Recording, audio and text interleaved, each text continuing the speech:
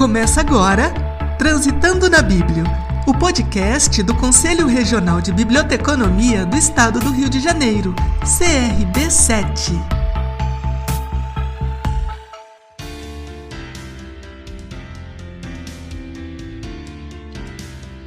Saudação a todos que nos prestigiam nesse momento. Esse é o Transitando na Bíblia, o podcast do Conselho Regional de Biblioteconomia do Estado do Rio de Janeiro, CRB7. O podcast criado especialmente para compartilhar saberes e experiências de profissionais de biblioteconomia.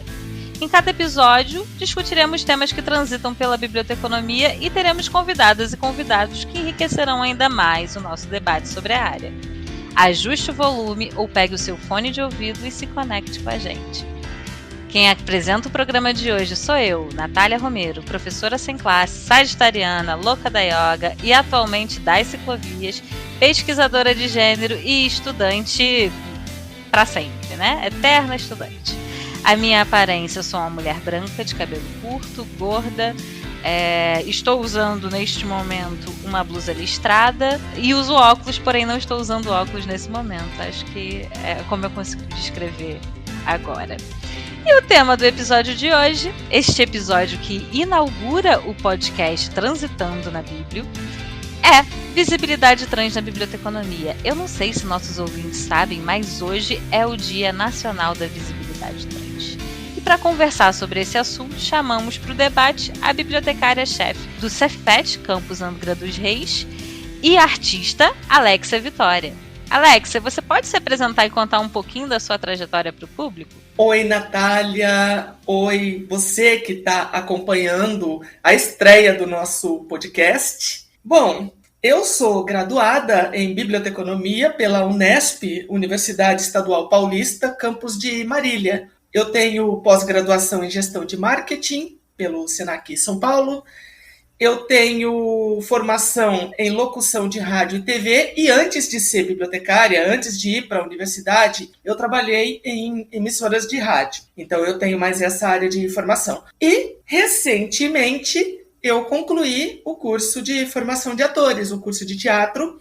Sou quase uma atriz profissional e faço capacitação em dublagem, que eu sou apaixonada por profissão de voz. Obrigada, Alexia. E assim, como eu estou aqui fazendo um papel um pouquinho de fofoqueira, né, como entrevistadora e host desse primeiro episódio do podcast, quero perguntar, além da biblioteconomia, conta pra gente quais são os seus outros hobbies, além da biblioteconomia, e a biblioteconomia, na verdade, é a sua profissão, não é um hobby, mas conta um pouco pra gente quais são os seus outros interesses e hobbies. Eu gosto muito de ouvir música, meus gêneros favoritos são rock antigo, os chamados classic rock, e gosto muito de uma vertente da música eletrônica chamada trance. Por morar razoavelmente próximo da praia, eu gosto muito de ir lá também.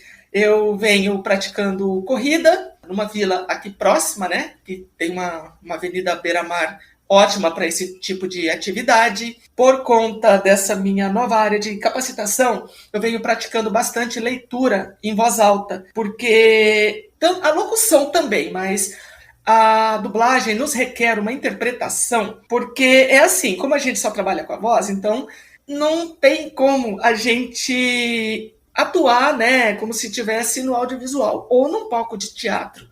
Então a gente tem que colocar toda a emoção, passar toda a verdade por meio da voz. Então, esse exercício de leitura em voz alta, eu venho utilizando, né, para juntar duas coisas ao mesmo tempo. A leitura recreativa, agradável, e também a parte funcional por conta, né, dessa nova capacitação. Eu gosto muito de quadrinhos também, especialmente da Marvel, DC e, claro, a Turma da Mônica. Eu amo a Turma da Mônica. Acho que faz parte e faz ainda, né, das leituras, né, do gosto literário de muitas pessoas. Deixa eu só te contar uma historinha rápida. Eu lembro quando eu estava na fase de fazer os estágios curriculares obrigatórios, na época da graduação, e eu fui fazer um estágio na Biblioteca Municipal de Marília. E ficava no atendimento, ficava também nas outras atividades. E quando tinha tempo, eu ia ler o acervo do Chico Bento. Eu sei que eu não lembro quanto tempo, quantas semanas durou o estágio, mas na hora que eu parava para ler, gente do céu, eu consegui zerar o acervo de Chico Bento da Biblioteca Municipal de Marília. E as funcionárias da biblioteca, elas diziam que sentiam gosto de me ver lendo, porque eu ria, mas ria tanto que parecia que eu tava assim, esquecia do resto, né? Tipo, como se não tivesse gente olhando e tal. E elas diziam que se divertiam de me ver me divertindo com essa leitura quando tinha espaço nos horários lá do estádio para poder praticar essa leitura, né? Nossa, muitas saudades. Ai, que maravilha, é tão bom quando a gente encontra na leitura essa possibilidade de rir, né? O riso ele é muito potente, ainda mais na realidade que a gente vive hoje em dia, né? No contexto que a gente está aqui no Brasil, especialmente. Então agora vamos começar com um pouquinho de arte, né? A conversar sobre o tema da visibilidade trans e eu trouxe uma poesia para vocês. Vou começar a falar. Sereia no asfalto, rainha do luar, entrego seu corpo somente a quem possa carregar. E onde há mar, transbordar. Em água salgada, lavar e me levar, livre, me love, me luta. Mas não se esqueça, levante a cabeça, aconteça o que aconteça, continue a navegar. Este é um trecho da canção Serei A, de Linda Quebrada, com participação de Lineker. Ambas são artistas que encontraram na arte a melhor forma de se expressarem para o mundo e defender o que acreditam. Tanto Lineker quanto Linda Quebrada são pessoas trans, né? E também usam desse espaço para divulgar o seu trabalho como artistas, como performance e toda a sua arte, de modo geral. E é possível ver na arte um universo de possibilidades para conexão entre as pessoas. Através dela, a gente pode conversar, aprender coletivamente, promover espaços de trocas de saberes com respeito e empatia. A gente pode ter momentos de lazer muito significativos. E trazendo essa discussão para a biblioteconomia, né, levando em consideração a arte, porque a nossa entrevistada é uma artista, consideramos necessária a discussão não só da temática como a visibilidade trans, como a visibilidade da resistência e o protagonismo das pessoas trans na profissão bibliotecária. Então, para a gente aprender um pouco mais sobre o assunto, inicio a nossa entrevista perguntando para a Alexia como surgiu e qual a importância do Dia da Visibilidade Trans para a sociedade.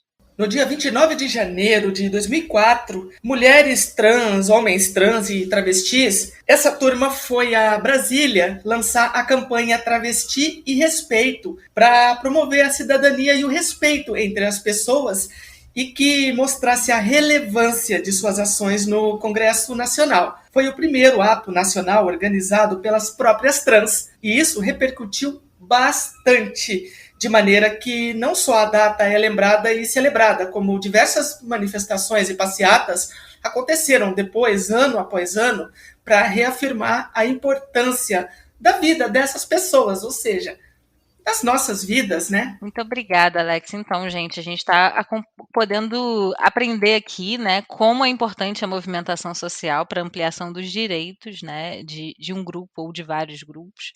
Então, aqui fica já o nosso convite, né, para que as pessoas se interessem mais, para ver o que está acontecendo no cenário político, tanto com relação às suas existências, quanto com relação às suas atuações políticas e profissionais.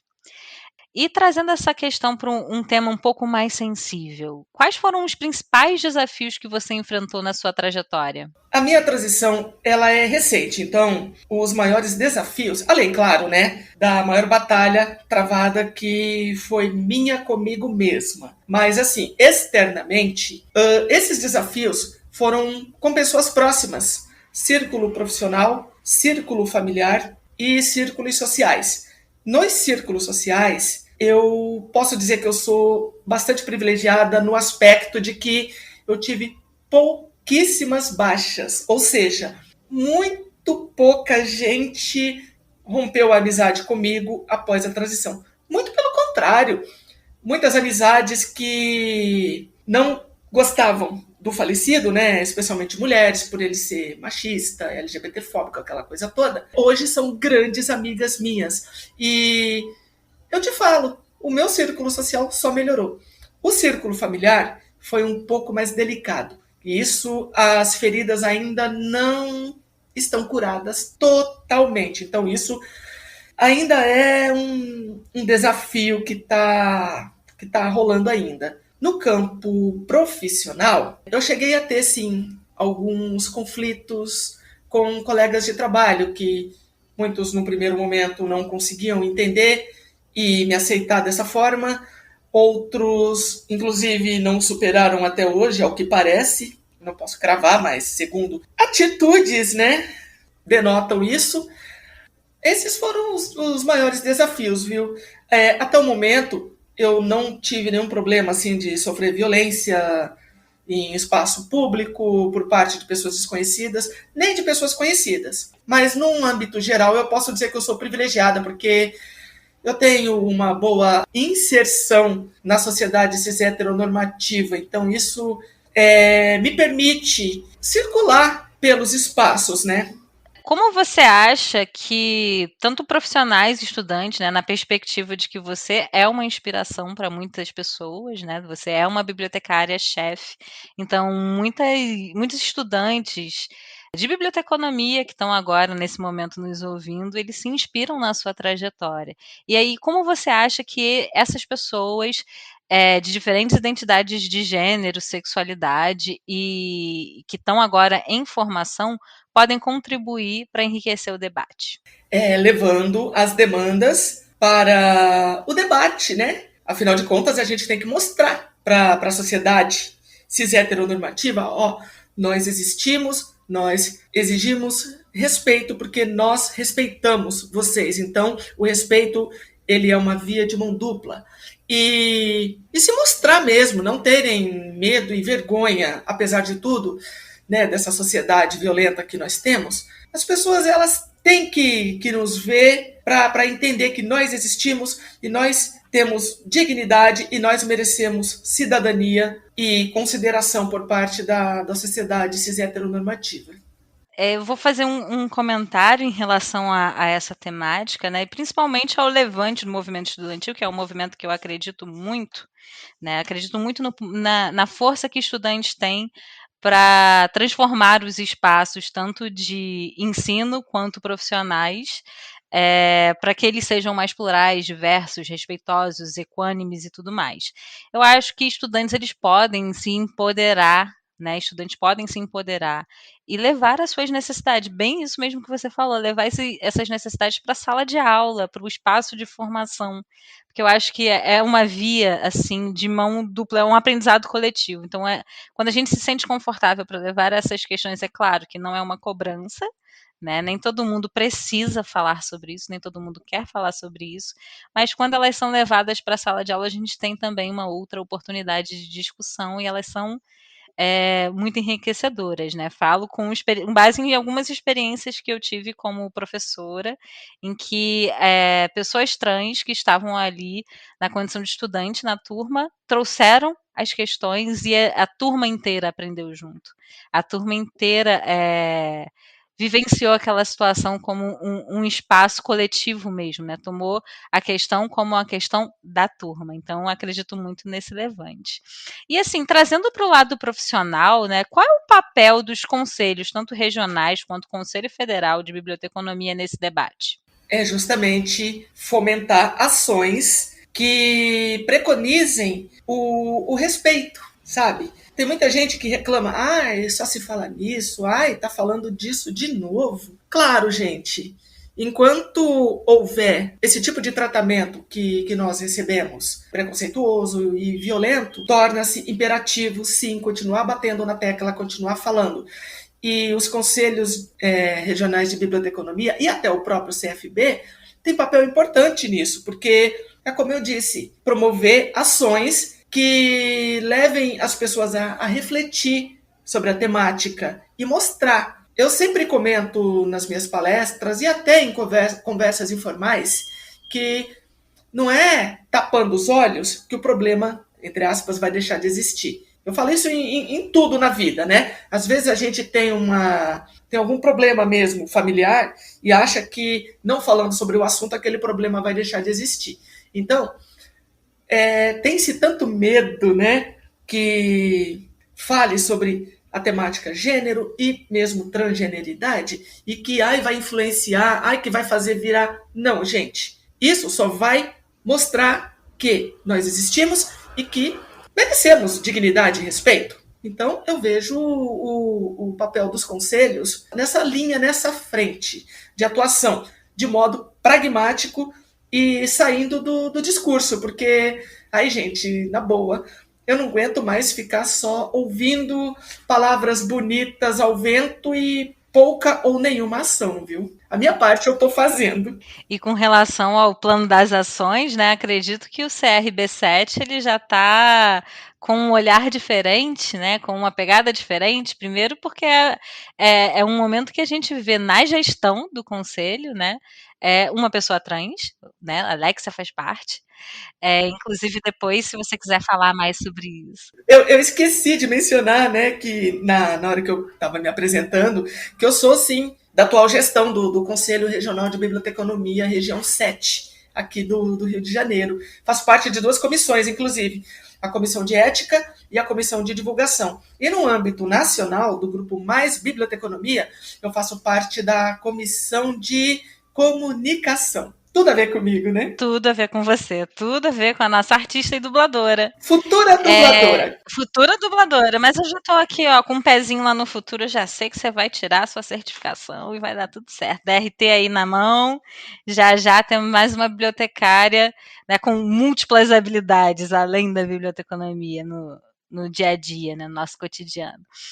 E, assim, é uma questão que é recorrente, que eu observo, inclusive a gente pôde perceber agora no que a gente estava falando anteriormente, sobre as pessoas esperarem que pessoas trans, como um todo, defendam exclusivamente os temas relacionados à questão de gênero e sexualidade. Isso, de uma certa forma, pode reduzir as potencialidades, habilidades, conhecimentos diversos de uma outra pessoa, como, por exemplo, se eu falar assim, Alexa, fale sobre gênero e sexualidade exclusivamente, e eu não perguntasse, por exemplo, sobre os seus hobbies, sobre os seus outros interesses, sobre os seus outros fazeres, eu não ia saber que você é uma dubladora, eu não ia saber que você é uma artista. Então, assim, o que você acha em relação a essa questão, né, de pessoas trans não necessariamente tem que falar sobre diversidade de gênero e sexualidade. E sim, elas podem falar sobre qualquer assunto, política, religião, futebol, ciência, sobre física, matemática, enfim, qualquer outro assunto. Então, conta um pouco pra gente sobre o que você pensa sobre isso. Eu acho essa pergunta maravilhosa. Arrasou. É isso mesmo que você colocou. Reducionismo. Porque a grande maioria, isso era mais no começo, mas a grande maioria das vezes que eu sou contactada, sou solicitada a dar uma palestra, a participar de alguma live, agora na pandemia, especialmente ano passado, se bem que o ano começou agora, né? Eu fui solicitada a dar algumas palestras online. Então, era basicamente isso. Gênero e sexualidade. E não, nós não somos só isso. Outro dia eu estava acompanhando uma live em um canal do YouTube que eu acompanho. E naquele dia eles estavam chamando para a live pessoas do clube de membros. E entre essas pessoas que estavam sendo convidadas para falar assim, tipo uns 5 minutinhos, e teve uma que era uma veterinária, professora universitária, que trabalha fora do país, se eu não me engano, é na República Dominicana ou algum lugar por ali. E ela é trans. Então, sim, nós somos muito mais do que gênero e sexualidade. Temos trans bibliotecária, temos trans artistas, em suas mais variadas áreas, temos trans cientistas. Outro dia eu estava lendo em um portal de notícias de uma trans que é brasileira e é cientista da NASA.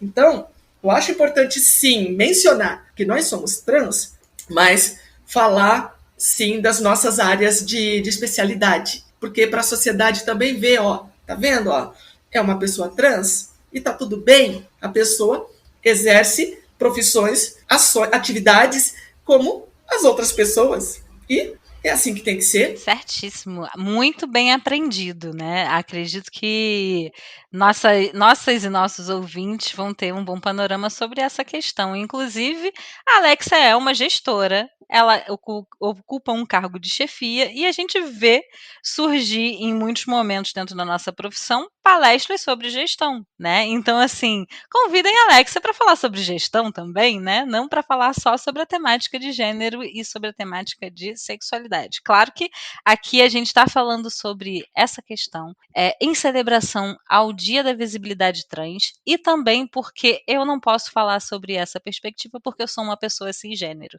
Então, a gente está fazendo esse momento para que uma pessoa trans fale sobre a sua realidade dentro da sua perspectiva.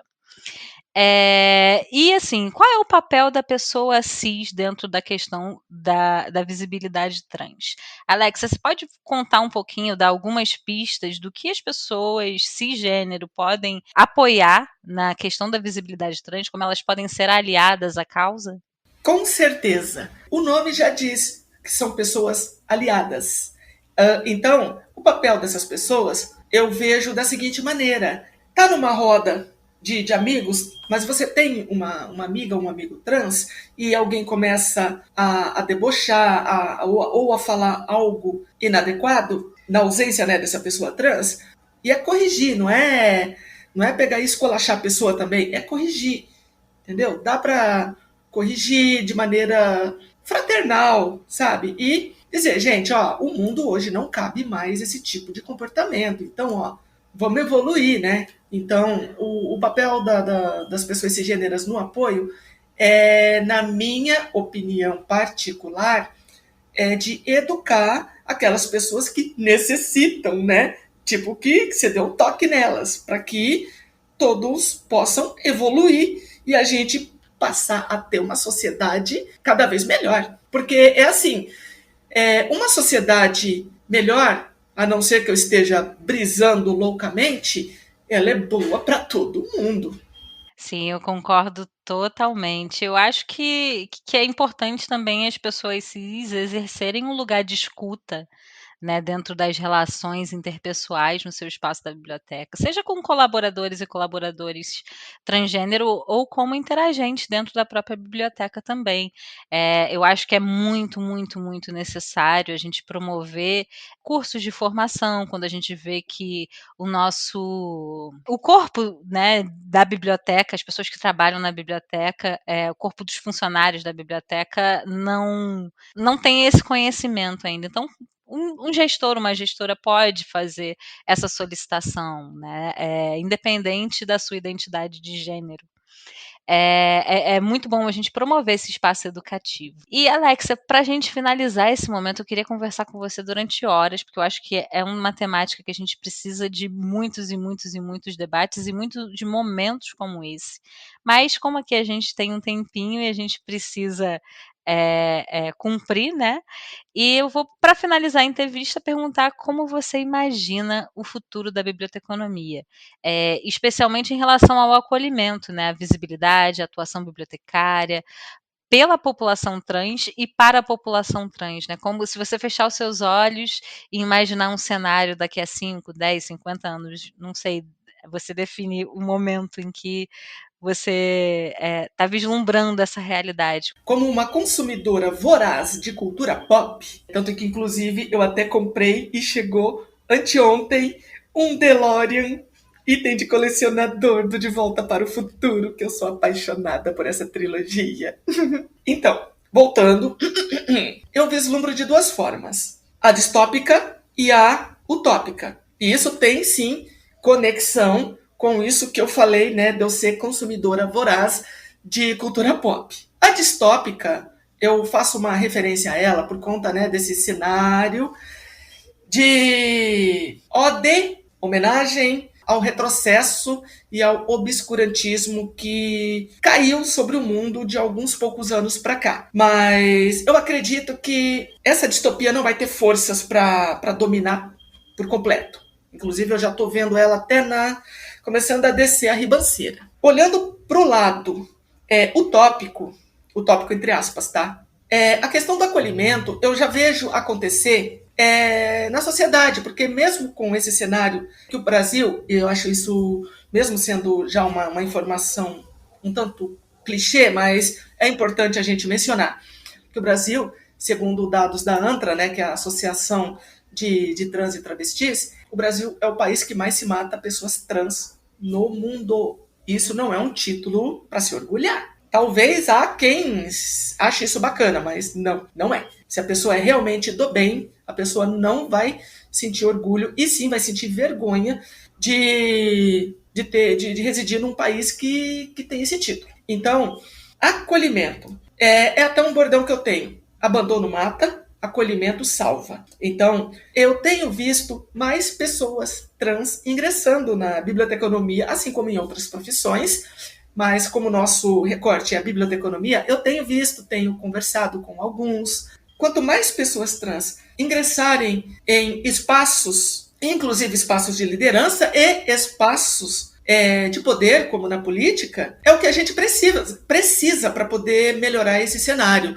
E é aquilo que eu sempre falo, uma sociedade legal, bacana, tranquila, maneira, sussa, ela é boa para todo mundo, é vantajoso para todo mundo. A gente não precisa, para um ganhar, o outro tem que perder. Tem como todo mundo ganhar.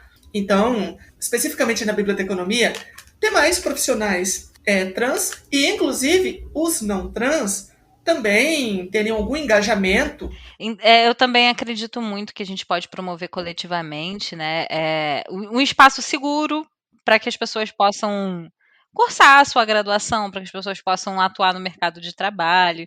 Inclusive, assim, se você se vê, né, você ouvinte que está aqui agora prestigiando o nosso primeiro episódio do podcast Transitando na Bíblia, se você tem a possibilidade de recrutar um profissional, um estagiário, uma estagiária, promova espaços em que a diversidade ela seja possível, em que todas as pessoas possam concorrer àquela vaga de maneira igualitária, né? Que todo mundo possa participar desse processo seletivo e que a melhor ou o melhor candidato ocupe aquela vaga. Mas, assim, já faço esse convite para que as pessoas que são cisgênero, que são aliadas, elas já observem o seu espaço ali de atuação profissional de uma maneira diferente, ou o seu espaço de educação de uma maneira diferente. Essa era a minha última pergunta, mas eu tenho mais uma bem pequenininha que me surgiu agora, mas eu acho que ela vai ser ótima. A gente sabe que a biblioteca escolar, ela é, assim, uma grande área de atuação dentro da nossa profissão, né? E a escola, ela é um espaço de emancipação social, quando a gente promove esse tipo de ambiente, né? Um espaço para que a pessoa vá lá, se sinta confortável, leia o que quiser, entre em contato com diversos tipos de conhecimento. Então, como você acha que bibliotecárias e bibliotecários escolares podem contribuir para a gente trabalhar essa temática dentro desses ambientes, né? Lidando com o público infanto-juvenil, lidando com adolescentes, né? Com jovens adultos, que é um momento, assim, a nossa formação básica ela é muito importante e, por vezes, ela pode emancipar uma pessoa para que ela tenha uma existência plena, né, disruptiva desse modelo cisgênero, ou então ela pode desencorajar, ela pode oprimir, ela pode silenciar. Então, como você acha que a biblioteca escolar, né, pode contribuir para o debate? O ambiente escolar ele é um tanto delicado por ter, né, estudantes, crianças e adolescentes. Aí a gente encontra a resistência dos pais, em boa parte dos casos. Inclusive, eu me lembrei agora, mais para o final do ano passado, eu fui convidada a dar uma palestra, que até me surpreendeu, para uma escola do interior de São Paulo. A palestra foi online e teve uma boa repercussão entre os pais dos alunos. E aí entra naquilo que eu falei anteriormente, da gente ver, apesar de tudo, a sociedade avançando. Mas mesmo assim, a biblioteca escolar É porque, assim, eu não me vejo muito no lugar de fala da biblioteca escolar, porque não é o meu ambiente de trabalho, assim, porque eu sempre, basicamente, trabalhei em biblioteca universitária. Então, por ser público adulto, é diferente a abordagem, mas eu vejo da mesma forma. Elaborar ações, só que aí tem que partir não só da biblioteca, mas tem que partir também dos conselhos, dos docentes, da própria direção, que foi o caso, por exemplo, dessa palestra do interior de São Paulo que eu ministrei mais para o final do ano passado. Então, se você for olhar bem, na teoria é tudo muito simples, na minha ótica. É promover ações que visem levar respeito, dignidade e cidadania. Isso vale para todo mundo, não só para a população trans, para todo mundo. Só que eu não sei o que acontece, as pessoas complicam, como é que fala, o desenrolar dessas ações. Eu concordo com você. Acho que as pessoas, né, bibliotecárias e bibliotecários que estão ouvindo a gente agora e atuam em bibliotecas escolares podem iniciar essa questão se informando mais e aproximando esse debate da direção da escola. Você tocou num ponto muito importante, né? A gente precisa defender essa questão com toda a comunidade escolar, né? Professores, direção, coordenadores, porque é um trabalho coletivo, né? Lembrando a fala do Ranganatha, a biblioteca ela é um organismo em crescimento. Então, a biblioteca ela faz parte da escola, ela não é apenas um lugar em que a gente deposita livros e crianças de castigo, como eu já vi acontecer, infelizmente, em alguns ambientes que eu trabalhei. Mas é um espaço que a gente pode promover outros cenários, inclusive se a gente levar essa bela frase, que eu acho que ela é ótima, para a gente encerrar essa nossa parte da entrevista, né, de que a biblioteca ela é um organismo em crescimento e um organismo vivo. Né? Então, vamos fazer desses espaços um espaço em que todas as formas de vida e de existência sejam incluídas, que elas tenham voz e que elas possam atuar, elas possam ocupar aquele ambiente. Alexia, para finalizar o nosso episódio de hoje, assim, vou pedir para você fazer uma indicação de algo que você esteja lendo ou algo que você acha que vai contribuir para o debate. Bom, então o livro que eu vou indicar hoje para a gente saber um pouco mais sobre, um pouco mais, não só sobre a questão de gênero, mas para a gente visualizar que pessoas de diferentes identidades de gênero e sexualidade podem fazer qualquer coisa e escrever sobre qualquer assunto. Então, esse livro, chamado O Mapa de Sal e Estrelas, foi escrito por Zen Jokadar. Não sei se pronuncia assim. É um autor do Oriente Médio, que faz parte, inclusive, do movimento literário do Oriente Médio, e conta uma história linda, né? Linda e bem dolorosa, até sobre refúgio, sobre as situações de guerra em que vivem alguns países. Então, ela traz uma perspectiva de 1000 anos atrás e do presente momento. Então, é um livro lindo. Eu vou fazer essa recomendação aí do trabalho do Zen Jokadar. Vou deixar aí para vocês. E é claro que eu vou recomendar e muito, né, toda a trilha sonora de Lineker e de Linda Quebrada, que foram, inclusive, inspirações para a gente roteirizar o episódio de hoje. E aí, Alexia, o que você recomenda? Na música, eu gosto bastante das Bahias e a Cozinha Mineira, que tem travestis nos vocais, e eu adoro as músicas delas. Indicação de livro, esse livro vem sendo a minha indicação em todos os lugares recentes que vem me solicitando, que é A Hora do Lobisomem, do Stephen King, que é o mestre do horror. Ele tem outras obras bem conhecidas, como O Cemitério Maldito, It, O Iluminado, que inclusive tem o filme, né, protagonizado pelo Jack Nicholson. E esse livro, por que eu indico ele? Primeiro, eu sou apaixonada pela mitologia do lobisomem. Isso desde criança. Morria de medo, mas eu sempre gostei. E hoje, para mim, é uma figura assim fantástica.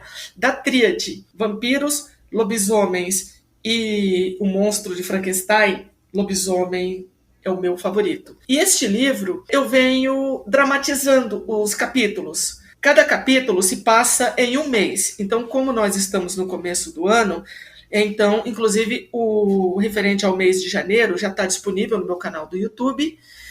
E o de fevereiro já está engatilhado, que ele já está pronto. Aí falta produzir março, abril, maio, junho, julho, até o final do ano. E então, esse livro, por conta, né, de eu gostar muito, né, tanto da temática, tanto da história. A história é maravilhosa. Tem até o filme, né, chamado de A Hora do Lobisomem por uns, Bala de Prata por outros, mas o filme é bem diferente do livro. E por conta de eu estar dramatizando ele, fazendo cenas que, inclusive, eu faço caracterização. Eu coloco uma roupa com blazer, um chapeuzinho de Charlie Chaplin, e eu sigo a linha do Bertold Brecht, o narrador personagem. Então, eu começo normal, como a apresentadora contando a história, a narradora contando a história. Chega um dado momento, o que eu chamo de segundo ato do vídeo, aí eu faço uma make só com lápis, e já mudo um pouco a voz. E o terceiro ato, eu coloco uma máscara de lobisomem que eu comprei, é bem bobinha. Aquele lobisomem não assusta ninguém. E aí eu termino o capítulo com a voz bem alterada nesse estilo, porque o lobisomem é o lobisomem. Então essa é a minha indicação na leitura. Ai, muito obrigada, Alex. Eu acho que com certeza, principalmente as pessoas que atuam até em biblioteca escolar, elas vão se inspirar bastante no que você falou, né? Em como você interpreta o livro, como você se caracteriza para, né, contar. Aí, tá vendo? Existem muitas possibilidades de atuação, muitas possibilidades de diálogo e muita coisa que a gente tem para aprender com a Alexia. Então, Alexia, muito obrigada mesmo por disponibilizar o seu tempo para conversar com a gente hoje. Muito obrigada a você que nos ouviu até o final desse primeiro episódio. Fica com a gente nos próximos, a gente está preparando aí o conteúdo bem diverso. No próximo episódio, provavelmente teremos uma outra pessoa ancorando, né? Mas em outros momentos eu volto aqui para a gente conversar um pouquinho mais. Eu vou agradecer imensamente ao convite do CRB7 para inaugurar esse novo canal de comunicação e de interação com a classe bibliotecária. E a gente fica, e deixo aqui o meu abraço, os meus agradecimentos finais e vejo vocês em um próximo episódio. Até mais, gente. Tchau, tchau. Termina aqui Transitando na Bíblia, o podcast do Conselho Regional de Biblioteconomia do Estado do Rio de Janeiro, CRB7.